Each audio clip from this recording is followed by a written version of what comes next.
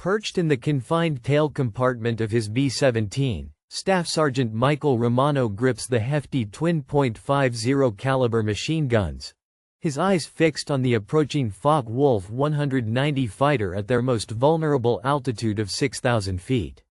Through the small plexiglass window, he aligns the primitive ring and bead sights, offering no assistance for the high-speed deflection shot as both aircraft race through the sky at over 500 miles per hour. Romano squeezes the trigger, but the tracer rounds fall harmlessly behind the German fighter.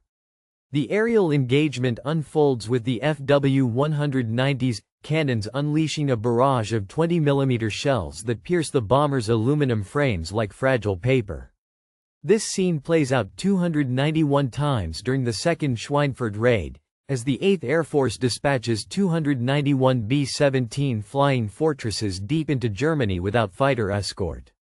By nightfall, a staggering 60 bombers, more than 20% of the attacking force, are shot down, while another 138 return so severely damaged they'll never fly again. The grim toll: 600 American airmen perish.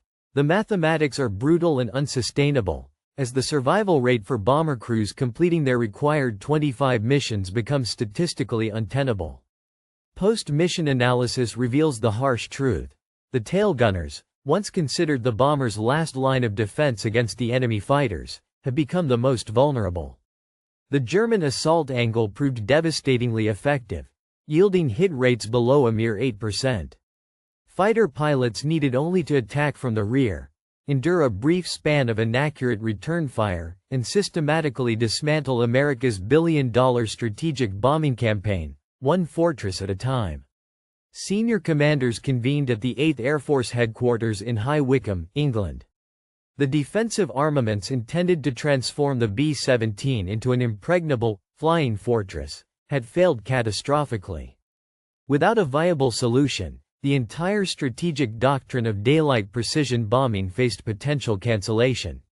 Unbeknownst to these commanders, at that very moment, on a frigid concrete stand at Basingbourn Airfield, a 22-year-old tail gunner with a mere high school education was sketching a design in his logbook. The year is 1943, and the Allied forces are locked in a fierce aerial battle over Europe. Amidst the chaos, a daring gunner named Romano steps forward with a revolutionary design that challenges the established norms of the B-17 flying fortress. This is the story of an innovation that was initially deemed mechanically impossible by weapons engineers, but would ultimately transform the accuracy of the tail gun and save countless American lives. To understand the significance of Romano's breakthrough, we must first delve into the daunting challenges faced by tail gunners in the skies over Europe. The B-17 flying fortress had been outfitted with a defensive strategy borrowed from naval warfare, bristling with a formidable array of machine guns to create overlapping fields of fire. The idea was to protect the bomber through sheer volume of lead, as outlined in the Army Air Force's promotional materials. However, the reality on the ground proved far more complex. Tail gunners found themselves in a precarious position, struggling to maintain accuracy and effectiveness in the face of the enemy's relentless assault. It was against this backdrop that Romano's revolutionary design emerged, defying the conventional wisdom and pushing the boundaries of what was thought possible.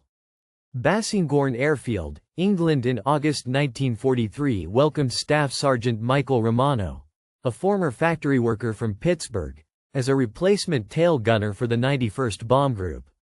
Barely 19 years old when he enlisted, Romano had no college degree or engineering background.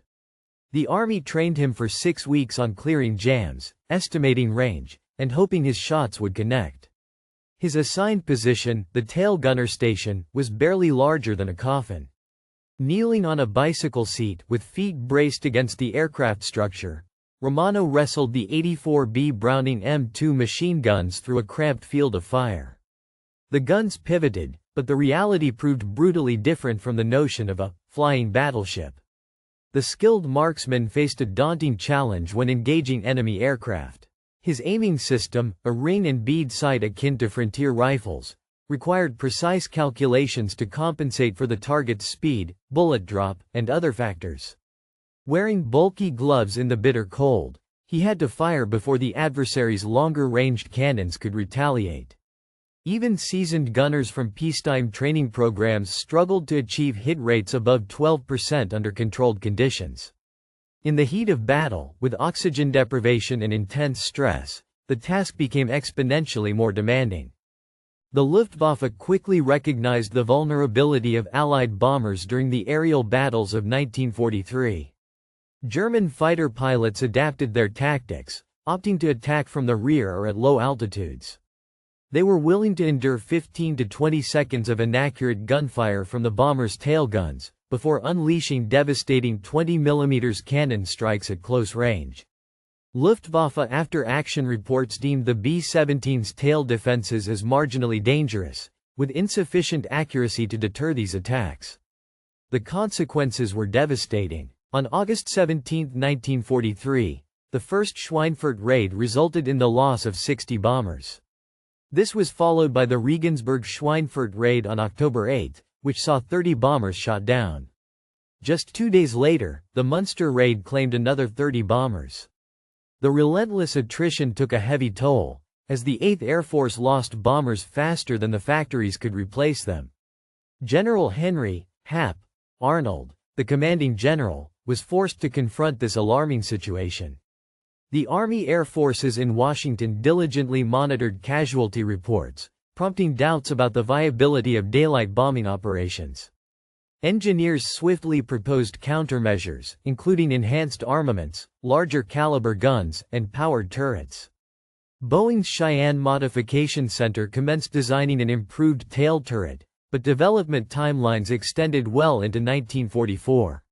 While powered turret prototypes existed, their installation required removing the entire tail section, a time-consuming factory modification impractical for bombers already deployed in England.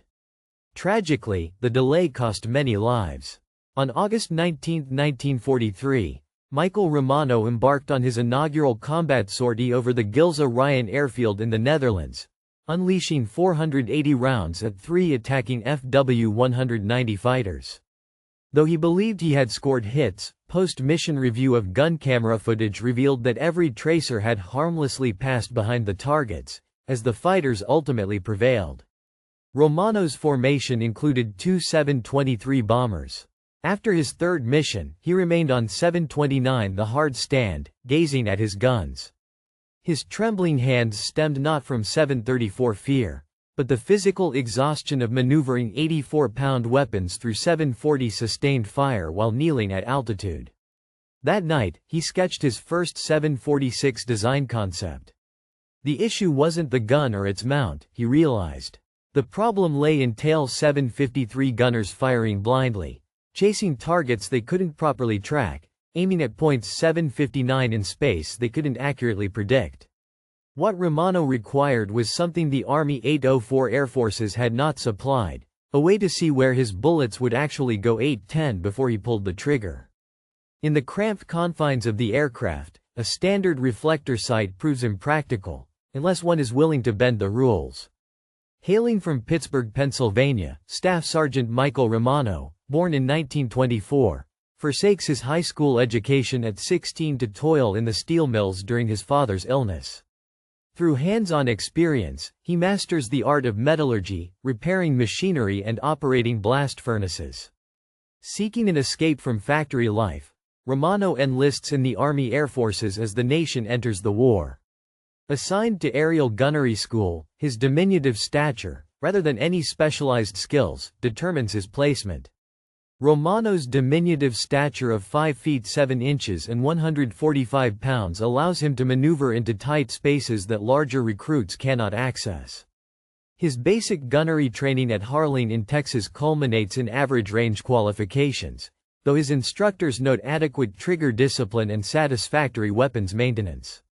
Receiving his silver gunner's wings, Romano is assigned to a B-17 crew, becoming an interchangeable component within the expansive machinery of the 8th Air Force. However, Romano harbors a distinct trait that his training record fails to capture: an unwillingness to accept malfunctioning systems. After his 5th combat mission over Frankfurt on October 4, 1943, Romano's frustration reaches a critical juncture as his bomber returns with 78 flak holes in. The young airman, Romano, had endured the harrowing aftermath of 2 fierce fighter assaults. Despite unleashing 620 rounds, his barrage failed to find its mark. Tragically, his closest comrade, the tail gunner aboard a neighboring B-7, perished when a relentless Bf-109 pounced from behind, Romano's counterattack proving powerless to deter the onslaught. That fateful night, Romano made his way to the aircraft revetment, maintenance flashlight in hand, his logbook tucked under his arm. Climbing into the tail section, still pungent with the acrid scents of cordite and hydraulic fluid, he fixed his gaze upon the ring and bead sight. The moment of clarity dawned, not as a dramatic epiphany, but a simple observation. Peering into the curved plexiglass window, Romano caught sight of his own reflection, a distorted mirror revealing the angles and perspectives he had previously overlooked behind his aircraft's tail. The marksman pondered the constraints of his standard iron sights, which could never encompass the full breadth of his field of vision. Sketching furiously, he considered mounting small mirrors at strategic angles to expand his peripheral awareness beyond the gun's limited view. By angling these mirrors to reflect the tracer paths from his own weapons, he could track his fire and walk it onto targets by observing the reflections rather than straining through the inadequate iron sights. This led to a crucial breakthrough. What if he combined these mirrors with a simple reflector sight, a piece of etched glass positioned to let him monitor targets while simultaneously watching the tracer patterns in the peripheral mirrors?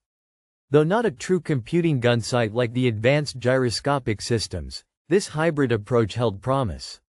Romano, a resourceful airman, spends a night meticulously crafting a unique solution to a pressing issue. Utilizing salvaged materials and his carpentry skills, he designs a mirror-assisted reflector sight system that requires no complex installation or factory modifications. However, this innovative approach conflicts with the Army Air Force's technical order, which strictly prohibits unauthorized armament modifications. Undeterred, Romano finds an unlikely collaborator to assist in the implementation of his ingenious creation. The airman dedicates 3 hours to sketching designs, measuring angles, and calculating sight lines with a carpenter's protractor scavenged from the base machine shop. By dawn, he has detailed drawings for a self-contained, passive reflector sight system. This solution, free of powered components, presents a promising alternative to the standard equipment. Yet, Romano faces a dilemma, as his design violates the Army Air Force's Technical Order Z0120EG2, which forbids unauthorized modifications to defensive armaments. The risk of court-martial looms, but Romano resolves to proceed, determined to implement his innovative concept. Veteran aircraft technician Frank Kellerman, a 38-year-old Detroiter who had served in the Civilian Conservation Corps during the Great Depression, expertly fabricated makeshift equipment from scavenged materials. On October 7, Kellerman was approached by Romano, who presented sketches and an illicit request for unauthorized modifications to defensive armaments. Studying the drawings for mere minutes, the seasoned sergeant bluntly stated the unlawful nature of the proposal, which violated numerous technical protocols. Undeterred, Romano affirmed the urgency, noting their imminent flight the following day. Recognizing the operational necessity, Kellerman agreed to work through the night, covertly undertaking the prohibited task in a secluded corner of the metal shop. Utilizing scrap materials discreetly obtained from the maintenance hangar, Kellerman constructs an improvised reflector sight. The core components originate from salvaged aircraft parts, including curved mirrors salvaged from damaged navigation equipment, transparent plexiglass sheets from shattered canopy sections, and aluminum brackets reclaimed from written-off airframes. The crucial sight mechanism itself is sourced from a wrecked P-47 Thunderbolt fighter. Kellerman meticulously removes the intact gun sight assembly, originally designed for nose-mounted installation, and re-engineers the mounting brackets to accommodate the tail gunner's confined workspace. Crafting the mirror system proves more complex. Romano requires 3 small convex mirrors positioned at specific angles to provide peripheral vision of his tracer paths without obstructing his forward view. Kellerman fabricates adjustable brackets using sheet aluminum and ball socket joints, enabling the precise positioning required. The ground crew toiled through the night, meticulously assembling components, testing alignments, and fine-tuning the system. At the crack of dawn, Kellerman installed the complete assembly in Romano's B-17G bomber, affectionately dubbed the knockout dropper. The installation, carried out while the flight line slumbered, was a crude affair. Standard aircraft bolts secured the brackets, and safety wire was used to fix the mirrors. The reflector sight was mounted to the gun yoke via a welded bracket, a solution that would have alarmed the Boeing engineers. Notably, the modification was not documented in the aircraft's maintenance logbook. During the morning briefing, Romano kept the new installation a secret, and his pilot, Lieutenant James Holbrook, did not inspect the tail section before takeoff. The group commander remained unaware of the changes. The squadron's armament officer remained uncertain about the specifics. They departed for muster at 0730 hours. At 1015 hours, over German airspace, a Bf-109 initiated its attack run. Rapidly closing in from low altitude, the enemy fighter approached. Romano swiveled his guns, peering through the new reflector sight. The illuminated reticle hovered in his field of view, overlaying the target. Peripheral mirrors provided instant feedback on his gun barrel's alignment. He squeezed the trigger, unleashing a 3-second burst. Observing the tracer pattern in the mirrors, he recognized he was shooting behind the target. Adjusting his aim, leading the fighter by the reticle's diameter, he fired again. This time, the tracers and the target converged, resulting in the Bf-109's engine exploding. The aircraft tumbles inverted at 1618, trailing dark plumes as it hurtles earthward. Romano's gaze shifts between his weapons and the mirrors, then back to the vacant airspace where the fighter vanished moments prior. A whispered utterance escapes his oxygen mask at 1632. It worked. Romano lands at 1340 hours, logging his first confirmed kill. The jubilant mood lasts precisely 20 minutes. During a standard post-flight check at 1400 hours, Chief Master Sergeant Donald Pierce uncovers the unauthorized modifications. Pierce promptly reports to Captain Richard Voss, the squadron's armament officer, who arrives at the hard stand with a clipboard and a barely restrained scowl. Sergeant Romano, Voss states, his tone clipped with military precision. Sergeant Romano, I must inquire about the unauthorized modifications you've made to the equipment in your gun position. Voss's voice carries a stern tone as he addresses the matter. Sir, I installed an improved sighting system, Romano responds, standing at attention. Voss's expression darkens. You installed what? He exclaims. Do you have any comprehension of the regulations you violated?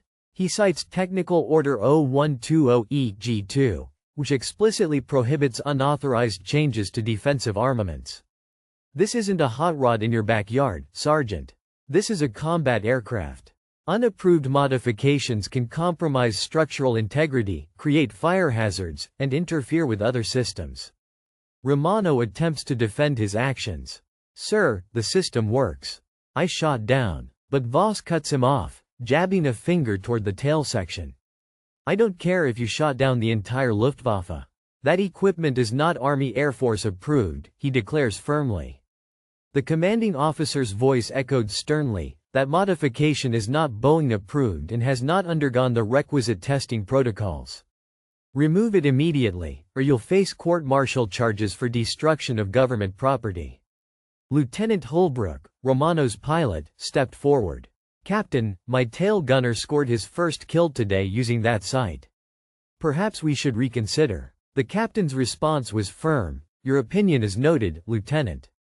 Voss swiftly cut in, the modification will be removed. That's final. The news spread rapidly through the 91st Bomb Group, reaching every gunner by evening mess. Opinions on Romano's illegal mirror sight in his first kill were sharply divided. Veteran gunners gathered around Romano's table, firing questions.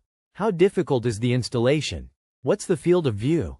Can the mirrors withstand the slipstream? The engineering officers and senior maintenance personnel were deeply concerned by the situation.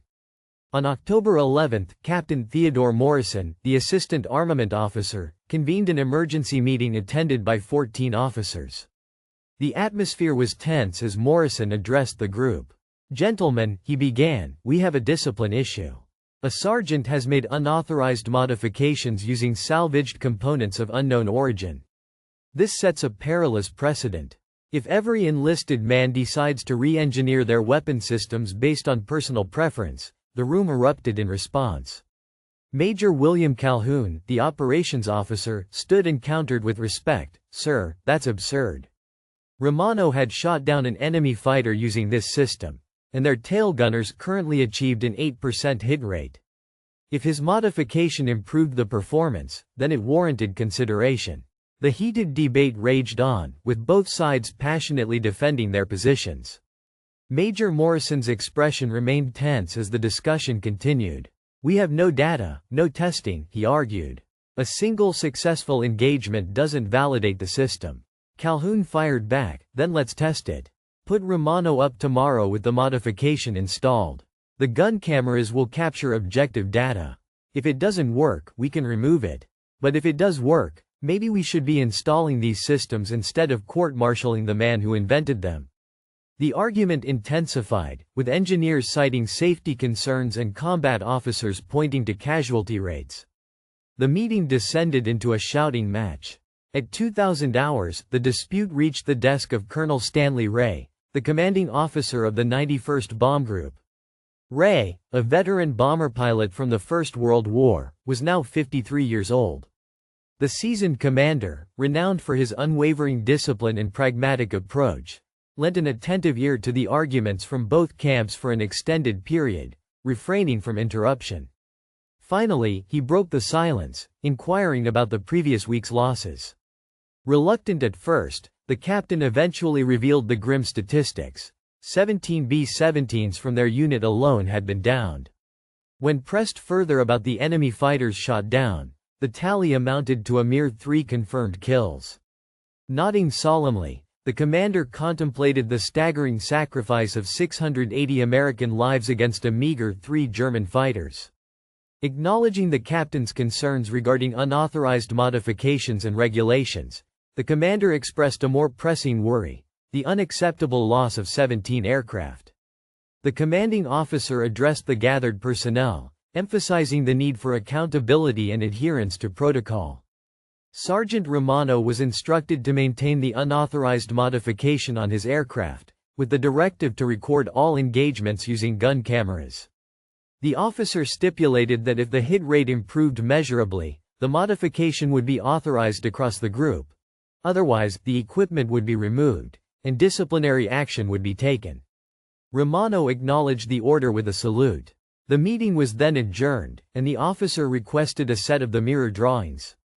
The narrative suggests an emphasis on operational efficiency, technological innovation, and the importance of following established procedures within the military context. In a dimly lit basement in the port city of Portsmouth, the date was October 12, 1943.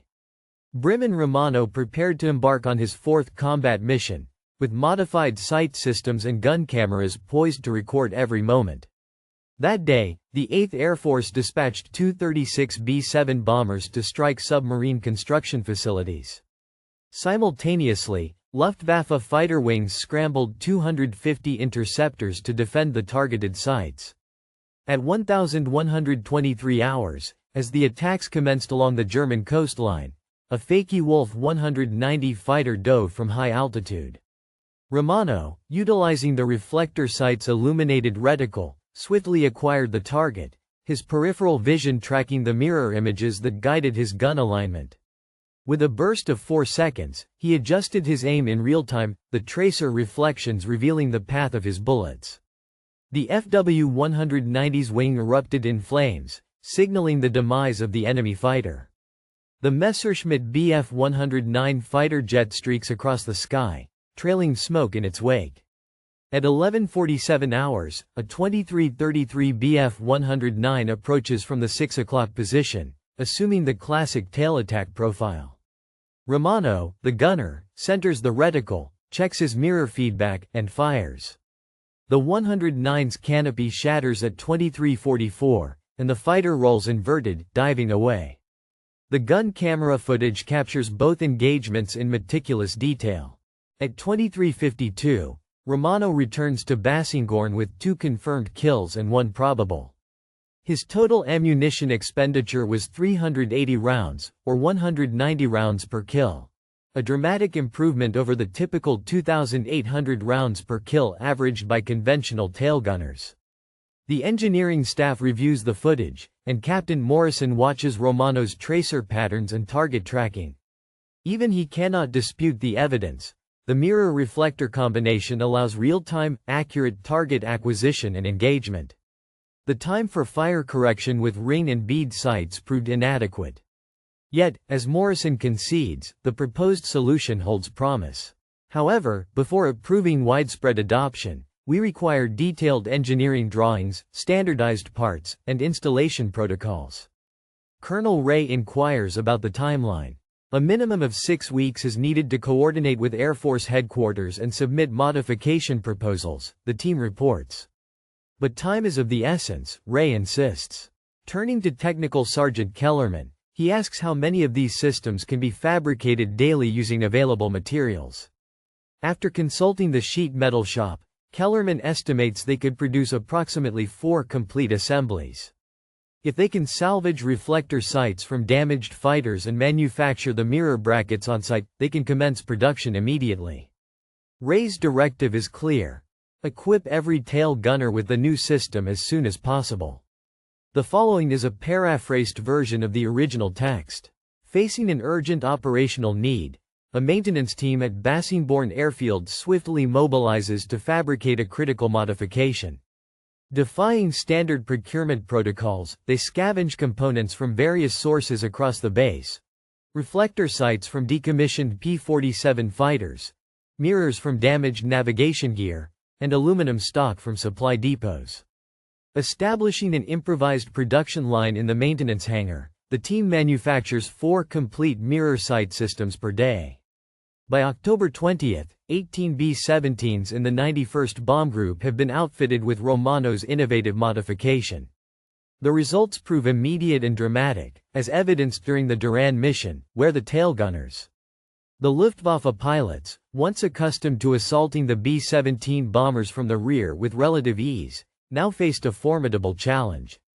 The American aircraft, equipped with mirror reflector sights, demonstrated a remarkable 23.4% hit rate against 47 fighter attacks, nearly tripling the previous average. On November 3, during Wilhelmshaven mission, the bombers achieved 16 confirmed kills out of 68 fighter attacks, maintaining a 23.5% hit rate.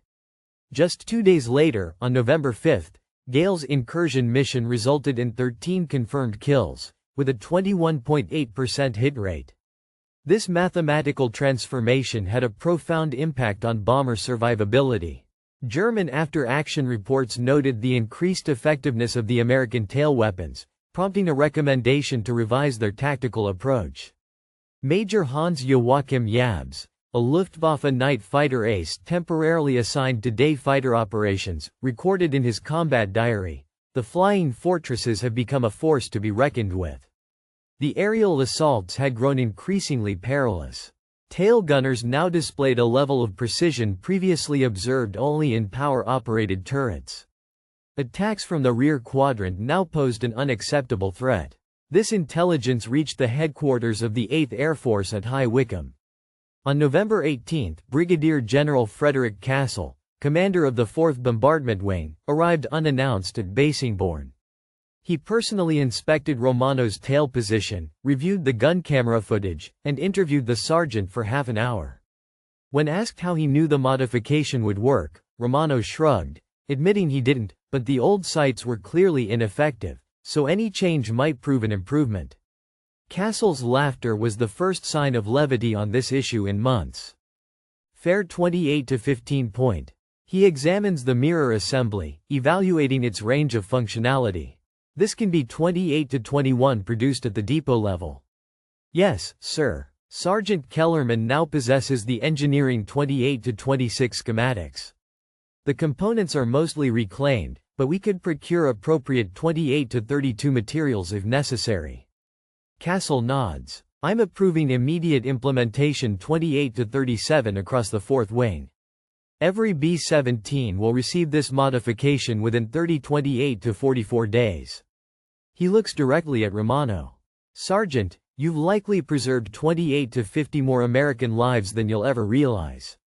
By December 1943, 28 to 55 Romano's mirror reflector sight system, officially designated the Field 29.00 Expedient Tailgun Aiming System, Type 1, is installed in over 200 B-7s across 29.07 multiple bomb groups.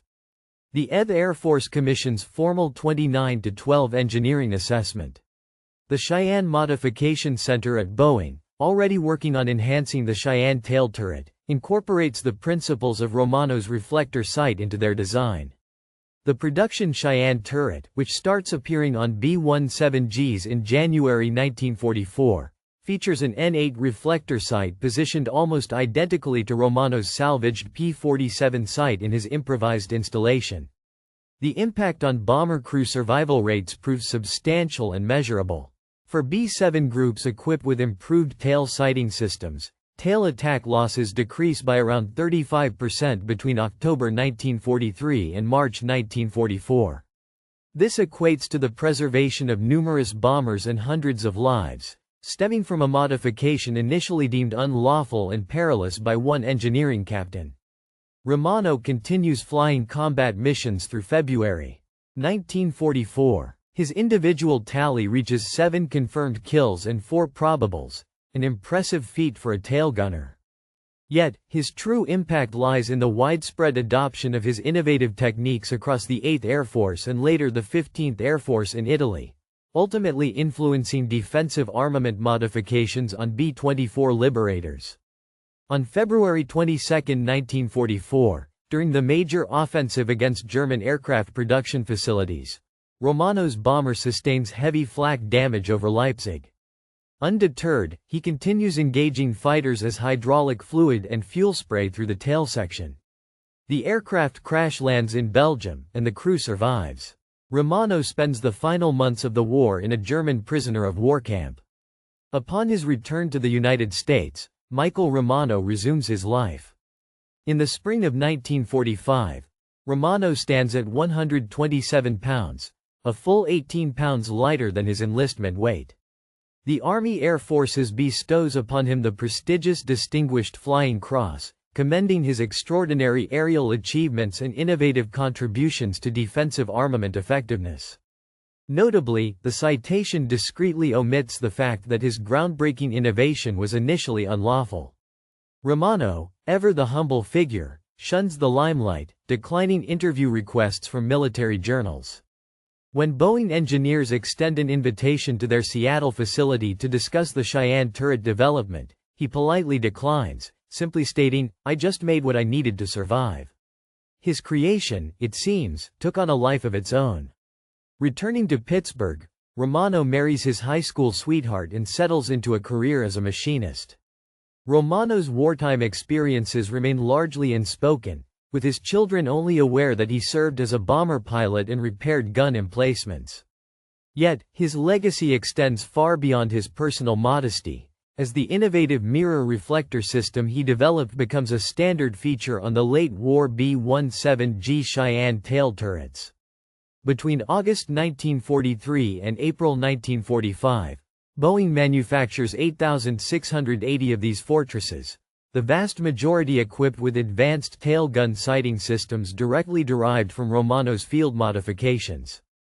The enhanced tail gunnery effectiveness forces the Luftwaffe to abandon their preferred 6 o'clock attack profile, compelling German fighter tactics to shift toward more perilous head-on assaults. The tactical shift in 1944 proved pivotal in mitigating Luftwaffe fighter assaults on Allied bombers. Post-war analysis by the U.S. Strategic Bombing Survey quantified the impact, revealing that B-17 groups equipped with improved tail gun sights suffered 32 to 37% fewer tail attack losses compared to earlier model aircraft across thousands of bomber missions. This percentage translates to approximately 840 aircraft and 8,400 crewmen who statistically should not have survived. The principles Romano pioneered, blending reflector sights with peripheral vision aids and real-time feedback systems, profoundly influenced post-war defensive armament design. Modern tail gun systems on aircraft like the B-52 Stratofortress now employ sophisticated computing sights, building upon Romano's groundbreaking work. The 91st Bomb Group Association gathered at Bassingbourn Airfield, now a preserved historical site, for a reunion in 1983. Several tail gunners who had flown with Romano's mirror reflector system in attendance, including Gerald Hammond, who had kept a salvaged mirror bracket for 40 years. As Hammond stood before the now 60-year-old, gray-haired Romano, who was working as a grandfather, he simply stated, "Because of you and those mirrors, I came home. My kids exist because you couldn't accept lousy gun sights. Thank you." Visibly uncomfortable with the emotion, Romano shrugged and responded, "You would have." The fundamental concept remained the same, providing the 34.02 gunner with the clearest possible picture of where their weapons pointed and where their targets moved. One of the tail gunners, Gerald Hammond, had preserved a mirror bracket for decades, and he expressed his gratitude to Romano, the man behind the innovative mirror reflector system, for his role in ensuring Hammond's safe return home, allowing him to have a family. The wartime experiences of Michael Romano were emblematic of the challenges faced by countless tail gunners during the conflict. Like many of his comrades, Romano simply yearned to endure the ordeal and return home safely. However, he refused to passively accept the inadequate equipment and staggering casualty rates that plagued his fellow airmen. With exceptional skill and audacity, Romano defied regulations to devise an innovative solution, risking severe punishment in pursuit of saving lives. Though his remarkable wartime exploits received scant recognition, Romano's legacy endures as a testament to the extraordinary courage and ingenuity of those who served. When he passed away in 2003 at the age of 79, his obituary in the Pittsburgh Post-Gazette briefly noted his military service with the 8th Air Force, without elaborating on his remarkable wartime contributions. The young factory worker from Pittsburgh's ingenious solution proved instrumental in saving countless lives, despite lacking the formal approval of military brass. While generals and engineers deliberated over regulations and testing procedures, this 22-year-old innovator took matters into his own hands, refusing to idly stand by as lives were lost. Romano's remarkable achievement, born of necessity and a refusal to be constrained by bureaucracy, would ultimately become standard equipment, a testament to the power of bold, unconventional thinking. The true measure of valor, it seems, lies not in blind obedience, but in the courage to prioritize lives over rigid protocols when the situation demands it.